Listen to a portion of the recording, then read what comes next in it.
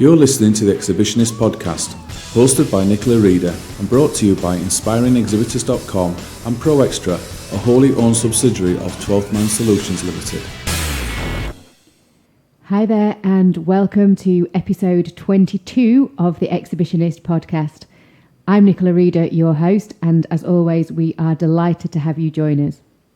On this week's episode, we will be handing over shortly to the conversation we had with industry heavyweight Andrew Reid of William Reid, who's talking to us about all things exhibitioning in his career and also ordering live animals for some events that he's been involved in. So stay tuned for that one.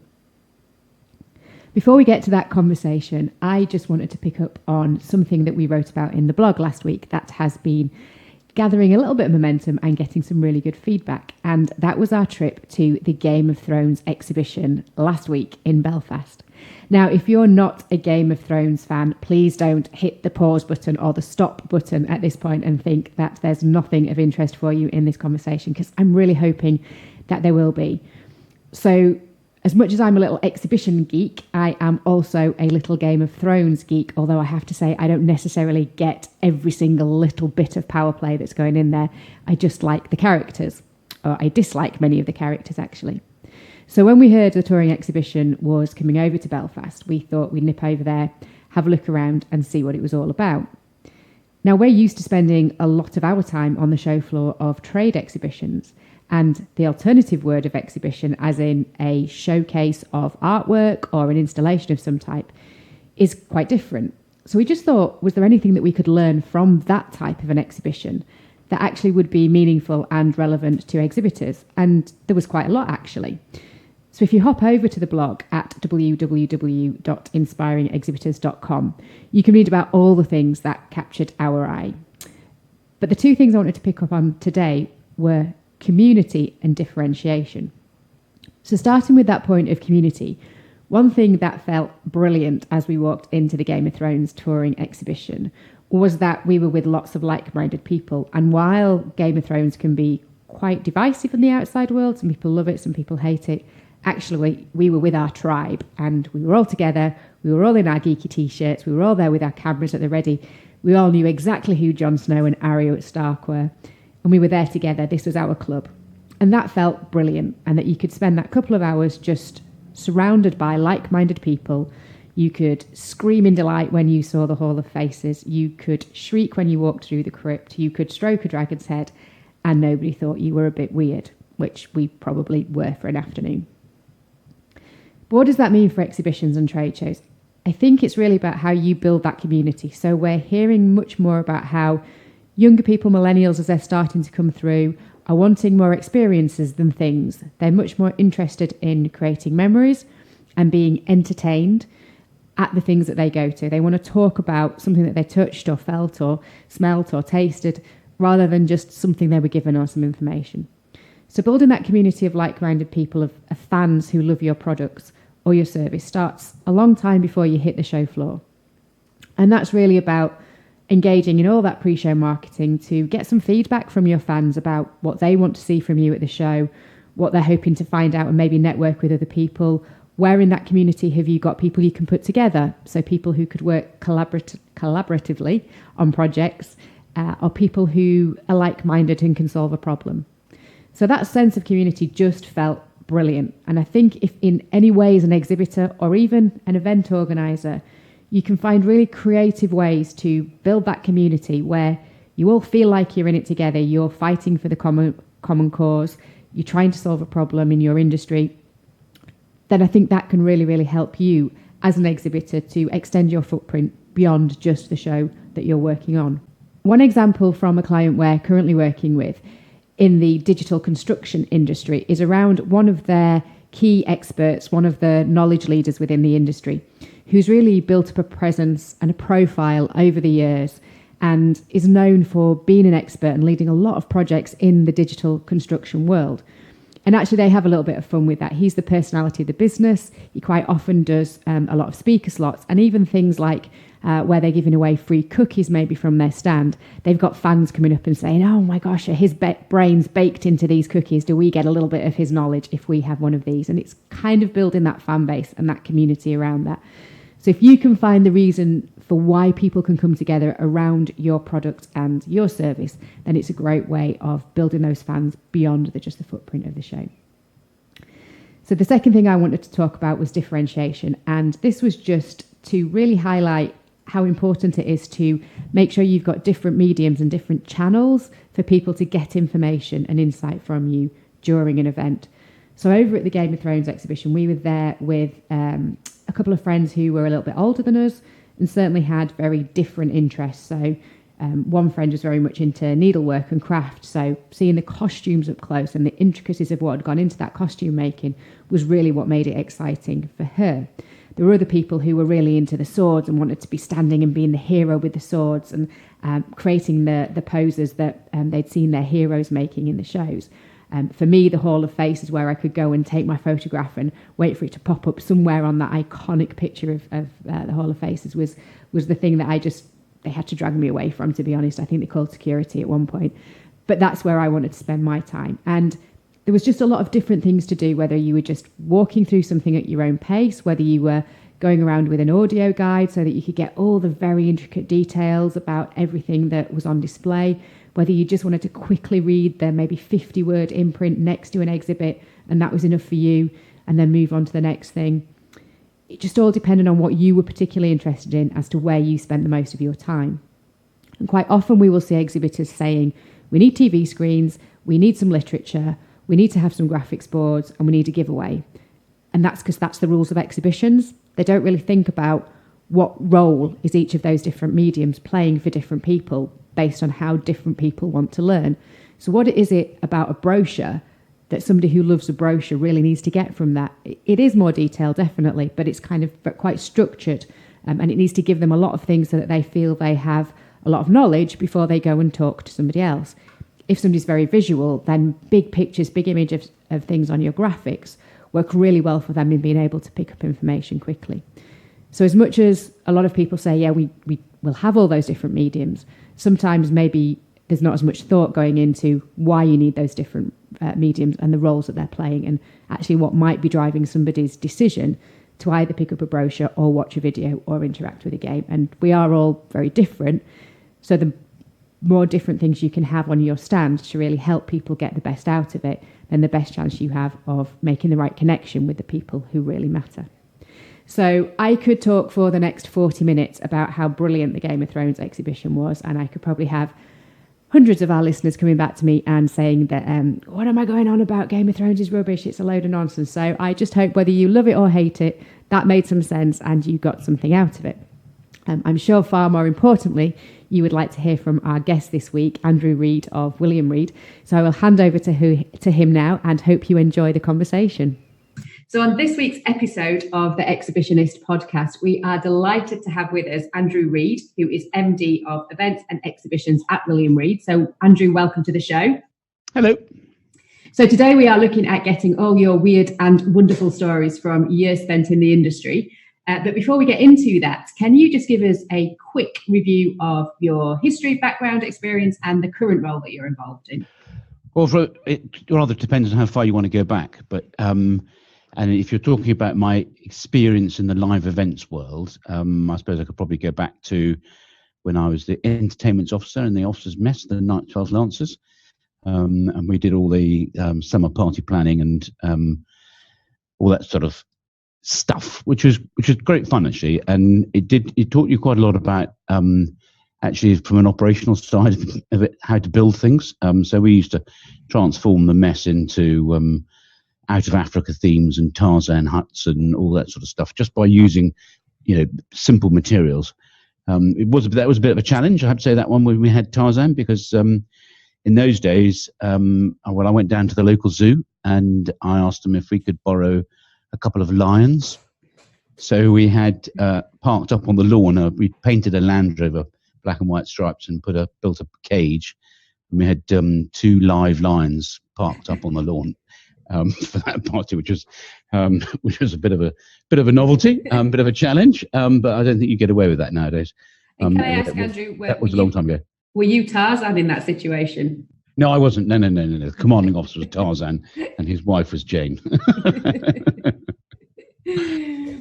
yeah, no, so done all sorts of things, and then I sort of got into the industry back in 2000 when we actually bought some shows. We bought the what's now the National Convenience Show, Forecourt Show, and Food and Drink Expo. Then we bought the restaurant show, and then we launched a few bits and pieces since then. And that's kind of how I got into it, really. People, logistics, timing, and treating people as people, opposed to just because you're wearing a grey suit doesn't mean you're a grey person. You can actually be a perfectly normal person and you still enjoy the same jokes and you still enjoy looking at the same things in the same way. And just, as I say, just because you put a suit on to go to work doesn't make it a boring process. Absolutely. And having worked with you on a couple of occasions, Andrew, I am absolutely sure no one could accuse you of being a grey person in a grey suit. So almost 20 years in the exhibitions and live events arena now. So what are the biggest changes? That sounds rather too long for me, thanks. Makes me feel very old. But you must have seen lots of things changing and evolving in 20 years. What do you think are the biggest changes you've seen in the industry? But it's really interesting to say lots of things have changed in the industry. Actually, there isn't a huge amount of core stuff that has changed. So you hire a hall, you fill it with stands, and the stands are basically the same principle as they were before. So you have a shell scheme stand, and I remember 20 years ago talking about shell scheme as a commodity and electricity and all the rest of it. So from the sort of the basic structure of the business model hasn't really changed. Some of the way in which it's executed has changed because the technology has evolved and we no longer use pigeons to promote shows. And we've gone through the Royal Mail and we're now into e-marketing and social media marketing. But the basic principle is very similar. That you got to get people to go from their desk, commit some time to get to your show, and then when they come there, in the old days it was a bit of a novelty, as in sort of 50 years ago, it was a novelty going to a show. So that was all you had to do. And I suppose the area which we now focus on hugely, and we were, I think, one of the first organisers to be doing this, was really focusing on content. So you've got to give people lots of reasons to attend, and the most important reason we think is about delivering quality content which is relevant for the visitor. So when we were talking about, for the sake of argument, Farm Shop and Deli Show, which we call the Farm Shop and Deli Show because it is for farm shops and delicatessens, all of that promotional stuff to the visitors is done on social media because they don't really have a dedicated traditional media route. And then when you're talking to them, they classify themselves as farm shops and delicatessens. Now, technically, because I come from I work for a publishing company, controlled circulation. If you receive a convenience store magazine, you have to be selling 8 of the following 10 products. And you go through the profile of what it is. And extraordinarily, the classifications of all those products is exactly the same as you sell in a farm shop and delicatessen, apart from fags and mags. They don't tend to sell fags and mags, but they sell greetings cards, they sell all sorts of things. But if you talk to them as, well, you're a convenience store because you've got very good parking, it's very easy to get to, they just go, no, I'm not. I'm a farm shop. I'm not interested. So I think the content and then the language in which you speak to people is really important.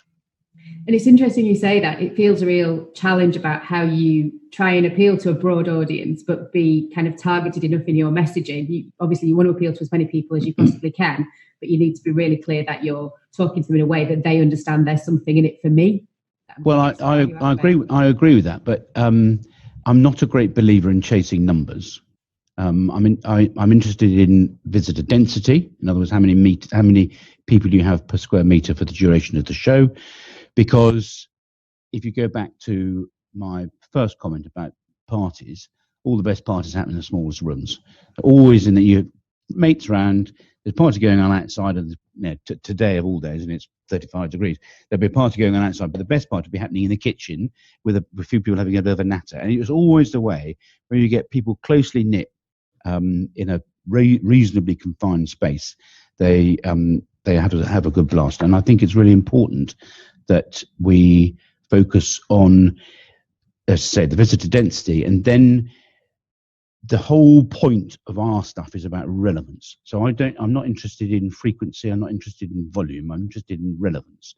And that might sound really pedantic, but actually it's really important, because somebody will come to an event if it is relevant to them. They won't come to the event for a million and one other reasons, like free parking, a free bacon sandwich, and a free this and a free that. If it's relevant, they'll come. And I think a lot of us focus on, got to be the biggest numbers, got to be this, got to be that. And actually, it's not really important. If you get the right people that are relevant in the room, then it'll be a success. So our mantra here is very much now about relevance, opposed to chasing some ridiculous number, because the ridiculous number never go to every single stand. And as I was talking to one of our exhibitors yesterday, they were saying, how many visitors you got coming? I told them, this particular show we had about 6,000, but it's not about that, because not all 6,000 come to your stand. It's about everything else, to which they kind of go, yeah, I get that. And it's really important for us, I think, to be able to articulate the reasons, the emotional reasons for going to a show, opposed to just the business reasons. Yes, the business reasons are important, don't get me wrong, very important, but it is actually about an emotional engagement.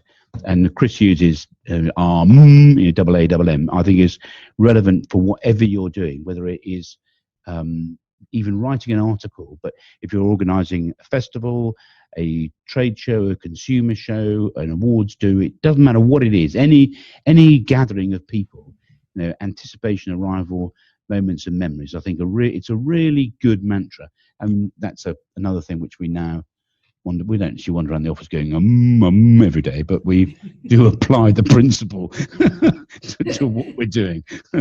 Having been in the William Reed offices, I've now just got this vision in my head of everybody walking around chanting. Yeah, we do Tai Chi first thing in the morning, and then we do Well, it's really refreshing to hear an event organizer talk about not chasing numbers, because all the exhibitors we work with will quite often say, what's your objective for a show? And they'll say, we just want to meet everybody. And we try and tell them, if there's 6,000 people going to a show, can you imagine how many staff you need on the stand, how big the stand would have to be? How on earth are you going to follow up with 6,000 people afterwards? It's completely realistic. You need to find the 50 or 100 probably. That's a really big number to just make it relevant for your business. And I think that I would agree with that entirely, because it's not about the volume, it's about the relevance. And I think the FaceTime project by the stuff that the AEO do is really good, because it teaches exhibitors how to exhibit. And it's quite difficult to teach a granny to suck eggs, because I've been doing this for 20 years and I should know what I'm doing. So why should I do it differently? But it is so important. And I've had customers who've taken away 750 case study. It might have been 749, but it was 750 odd leads, as in scans, and not a single one of them converted. So they're saying, which it's no good. And you kind of go, well, actually, I think probably your sales proposition is wrong, or why you're scanning people is for the wrong reason. So you need to focus about what it is you're trying to achieve. And those are quite difficult conversations to be having, because you are telling somebody, it's like telling an advertising person that the advert they put in the magazine doesn't look very nice, or doesn't get the message across. And it is a difficult conversation to have, but it is an important conversation that we have as an industry to get people to exhibit better and more effectively. Because I know the old adage is standing on the stand and you can't smoke on a fag on a stand anymore, but hiding behind the newspaper, or of course now hiding behind your mobile is it's really easy just to go there and just everybody walks past you. You've got to think about what you're trying to do and make it relevant. Yeah, absolutely. Couldn't agree with you more. I know, and the conversations we have with clients of ours while we've done training, and it is those guys who've been exhibiting for 20 years who kind of go, you can't sit there at the start of a workshop, arms folded, staring at us thinking, you can't teach me anything. And then by the end of it, they're kind of going, oh, actually, maybe I haven't been doing this as well as I could have been. And we had a case with a Mako UK who were at the Fit Show earlier this year, and they panicked like crazy the last day of the show because they were about a third down on the number of leads that they would normally get, having gone through a training session with us and were really doubting us on whether we'd done the right thing. But actually talking to them now 3 months later, their follow-up process has been so much more efficient. They've actually got better conversion rates because they've done that first lot of filtering at the show and got rid of the people that just weren't relevant for them. So it makes such a difference. So, well, I do remember going to see one exhibitor who'd had a very big stand right at the front of the show, and the show will remain nameless, as will the exhibitor. And I walked past it 3 or 4 times on the first day, and I was thinking, oh my God, I'm going to have to bite the bullet here. This bloke has seen nobody, absolutely nobody. So I bit the bullet and walked up to him and said, "Hello, I'm Andrew Reid, and how you doing?" And he said to me, "Absolutely bloody marvellous, Andrew. I couldn't have expected more. It's been absolutely amazing. I've seen 3 people. We've got 3 deals. Absolutely fantastic. We'll definitely be back next year." And I go, phew. wow. So it's not the volume, it is the relevance. Yeah, absolutely. So without having a crystal ball, we have a new Prime Minister in position from yesterday. We've got Brexit on the horizon. We've got lots of things happening. What do you think is going to change in the industry in the next 5 years? What are you excited about? What are you nervous about? Well, there's two bits in there. There's the political angle of what do we think is going to happen. God alone knows, because we have a maverick Prime Minister. And there's lots of amusing photographs of him and Donald Trump flying around on WhatsApp and all the rest of it. And my view of life is that the show goes on. If you look at the Italian economy, it might be in sort of meltdown, but they're all alive. They're all buying and selling things, and they all get on with it. Despite extraordinary governments and various other bits and pieces. So I think that us as people are very resilient, and we will go on and we will find a way of doing things and doing business the way we want to do it. And interestingly, as a family business, in fact, I got this email came through yesterday, and if I can pull it up, I will do so while I'm talking. It is what it is, and I'm sure we will be taken in a direction which won't please everybody, because Aesop's fable says try and please everybody and you won't please anybody, and we'll get something. But my point about it all is I think that the exhibition industry particularly is very resilient. Now, we might see some declining revenues because people are taking smaller stands or less people are getting involved. Yeah, I get that. But a lot of exhibition industries or exhibition companies are privately owned or entrepreneurial startups, call it what you like.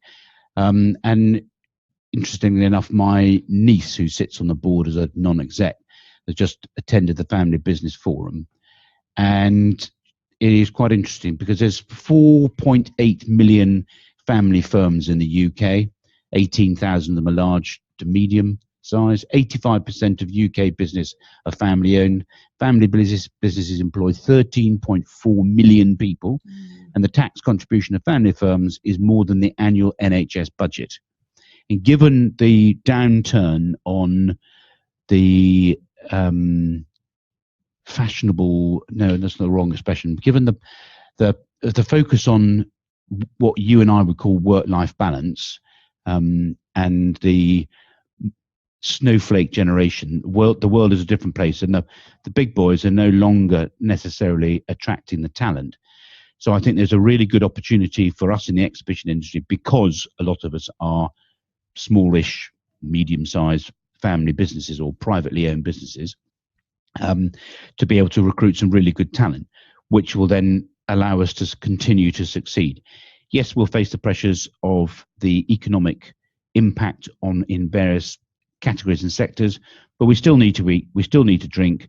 If you want to drive a BMW, you want to buy a BMW. If you want to drive an Audi, you want to buy an Audi. So where there is a will, there is a way, and I'm sure that we will continue to do things, but it might just not be on quite the same scale in the next year or two. But I think in 3 or 4 years we'll be bouncing around and happy and say, what was all that fuss about?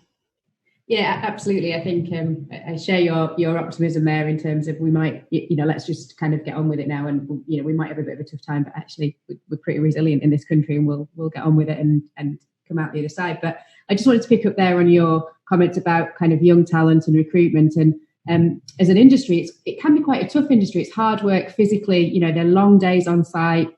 There can be quite a lot of pressure. There's quite a lot of people management. And I don't know if for some young people, it's just not always seen as a desirable industry to get into because of some of those factors. So how do you think we can help recruit and, more importantly, retain really great talent in the industry? I don't see any of those issues as long hours on site and all this. I don't see any of those as problems, because you go on site, it's bloody good fun. It's hard work, but it's really good fun, because if you enjoy people and you're a people person, then exhibitions is the ultimate industry to be in. They're obviously the different disciplines. There's the sales, the marketing, the operations. We have projects as well, as we have sort of 4 groups of people. So we get a cross section of people, and we go on site. We have it's really good fun, and I think it's about engaging with your own staff at an emotional level, opposed to just, well, you do sales, you do ops, you do marketing, get on and do it.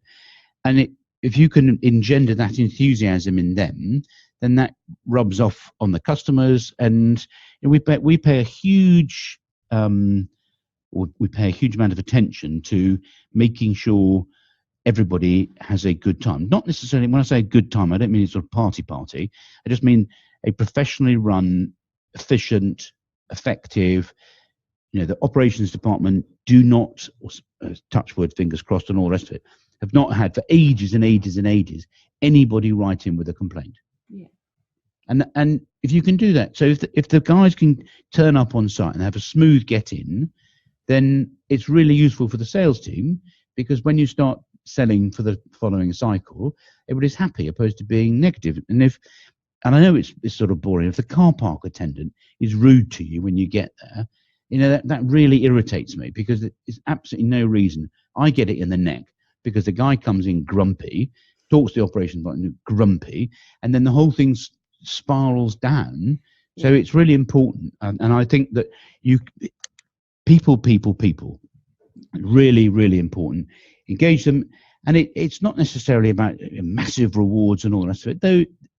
Different people will obviously look for that, and I don't have a problem with giving recognition and reward where it's deserved. Not a problem at all.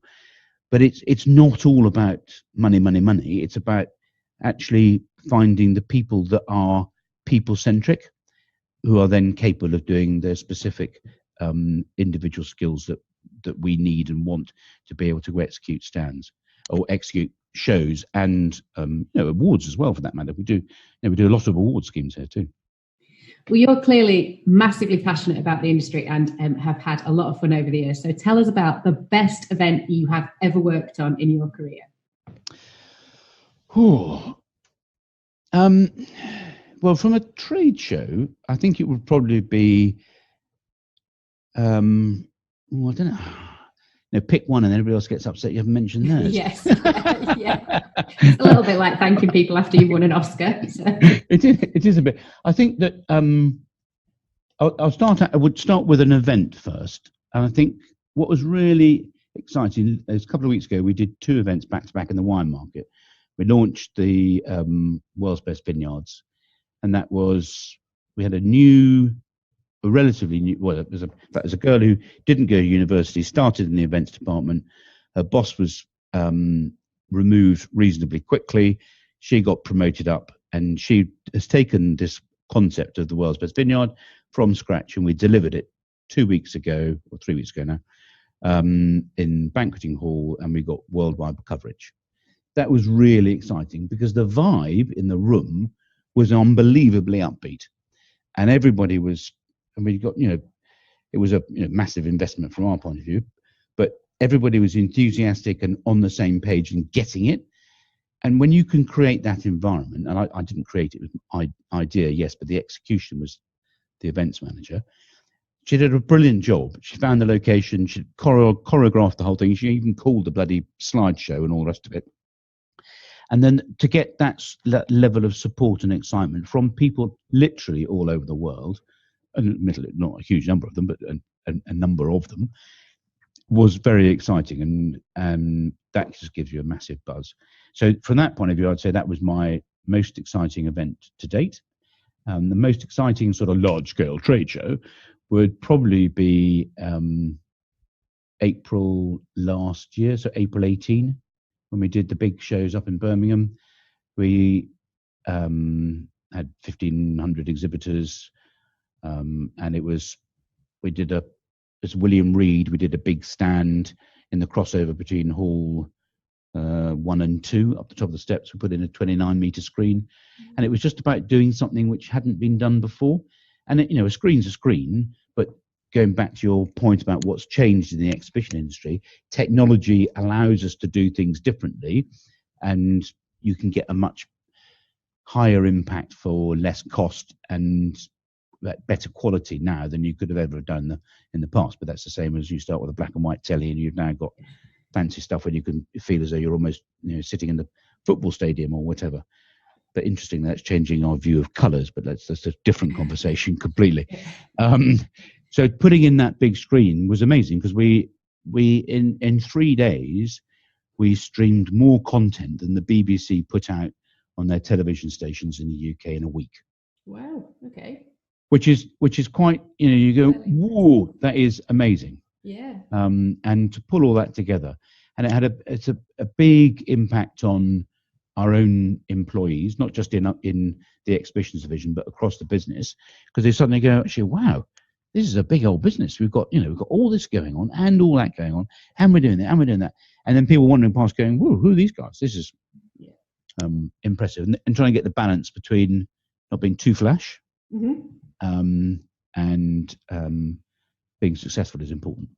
And avoiding that tech for tech's sake that we see quite a lot of the time now creeping in, is people just using things because an agency's told them it's really cool, rather than thinking, is this relevant to helping my customer, my visitor, move along that path to purchase? And you mentioned a very strange word beginning with R then. Relevance. Correct. It all comes back to relevance. It's all about relevance, yeah. So in all of those years then, you must have solved some really weird problems. So tell us about the strangest customer problem you have had to solve in the show. Strangest customer problem. Now I'm just trying to think of something weird and wonderful, apart from the lions in a cage back in the 80s, which was, it probably doesn't get weirder than that if that was one of your which is quite strange. But no, I think that there's a certain amount of stuff which is just boring when somebody tries to, their high heels gone through the carpet over a hole in a duct and all the stuff that goes with that, and you just kind of go, this is just irritating. In fact, there is an interesting anecdote, which is I have a little bit, because of my background, and I just talked about the army bit and all the rest of it. We've got quite involved in health and safety, and I do understand the principles of health and safety, and I think that it is an area which, as organisers, it's a really pivotal role, this whole piece of health and safety. So most medium-sized organisations will get the operations department to run the health and safety. And I remember the first time we did a proper interactive gig, about 2002, I think it would have been. We had a health and safety advisor who was working with the operations team, and we had an ice sculptor on stage. Wow. And the guy came up, the health and safety advisor, I'm going to shut your show. I said, I'm sorry, I'm going to shut your show. I said, why are you going to shut the show? The bloke doing it was working with an electric chainsaw, and it's a health and safety hazard. I'm going to shut the show. So I took him aside quietly and said, look, with all due respect, you are paid to give me advice on what you think is safe and is not safe. And if you think this is dangerous, then your advice is to say to me, you think it's dangerous. I make the decision about whether the show shuts or it doesn't shut. That's my call, and I will go away and do a risk assessment. So you fill out the piece of paper, and if you actually do a proper risk assessment, you can alleviate the risks, and it's not dangerous. So we took him around the back, gave him a cup of coffee, and carried on. But it's those sorts of things, and I think it is very easy to just hide behind health and safety. Can't do that, health and safety. And you go, well, actually, if you think about it, you can. And I had a challenge with a nationality, was it? I think they were Indian or Chinese or something. They were definitely not European, building a double-decker stand. And the stairs were, what's the word? Each step should be exactly the same height and depth. That's the specification you get. And the second step was slightly out. It was only about a quarter of an inch or something, slightly out. break came, our health and safety got, well, shut this, doesn't work, it's dangerous. I go, so what's the problem? I said, well, you trip when you go up the stairs. So I said, why are you tripping? And he pointed out, what the problem was. And even though I knew it was wrong, I stumbled going up the step. Going down was fine, but going up, every time I walked, I was like, knowing that step was incorrect, and I still stumbled. So we went off and did a little risk assessment. What's the risk? And how do you stop it? And all we did was we put a rope across, which you had to disconnect and reconnect, which then broke the cycle of eyes look at steps, measure step on the first occasion. Because we're all conditioned to steps being the same height, the brain automatically says this is the height for the next step. So your foot is raised the right height. But by breaking the cycle, you could go up and down steps and nobody tripped. But we could keep the stand going, and it was a double decker. So instead of closing off the top floor, and I think it's about looking at the detail and going through it properly and carefully, and then being prepared to accept responsibility, because ultimately it's me that carries the can, and I'm very clear about that. And from an operational point of view in all of our shows, if there's an issue, talk to me about it, and I will take the decision, and I will be the person that, because I'm the senior man present, that carries the can, stroke goes to jail. Because it's a very serious subject, but it doesn't have to be defining everything you do. Absolutely. And I think it's a really, again, relevant point for exhibitors, because we so often get feedback that they're trying to spoil our fun, they're trying to stop us doing what we want to do. And it's just, they're trying to keep people safe. So if you just spend the time to think about, is there anything on my stand that could possibly harm somebody? And as you say, you'll always be able to mitigate that and change it in some way. So just think about it before you get there, and it saves a whole load of hassle. The safest show would be an empty show. Exactly. Oops, and we've got a problem. Yeah. That many people, that much power, that much stuff going on. There's always right. Yeah. Especially when we start cooking on stages as well. So absolutely. So you've obviously worked for years in lots of very exciting shows. Just looking to kind of come towards the end of our chat now. But if you could work on any exhibition anywhere in the world, what's the one that you look at and think, I just want to be involved in that one? I'd be the UK food shows in Birmingham. Okay, let me rephrase that question. Apart from your own shows. Oh, I just, well, what? I mean, I could do a damn sight better job on the Oscars than they do. Very confident of that. We're very, very focused on the food and drink stuff on a global scale. So I'm happy. I do not covet my neighbour's event. Yeah. Well, I might not buy them, but I don't want to go and run it for a year and then come back again, as it were. Yeah. No, so I don't have a burning desire to go and move into the spring fair or something like that. Consumer technology or electronics. No, I don't know. I mean, I think the consumer stuff is exciting. It's obviously slightly different, but I think that's I get the fun that has, and I'm looking forward to pushing the boundaries slightly in some of the stuff we do. But I'm very happy with my in-train set. Thanks.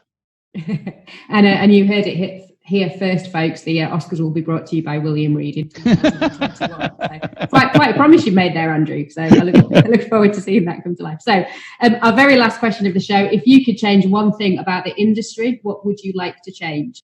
Oh, that's an interesting question. Actually, change one thing.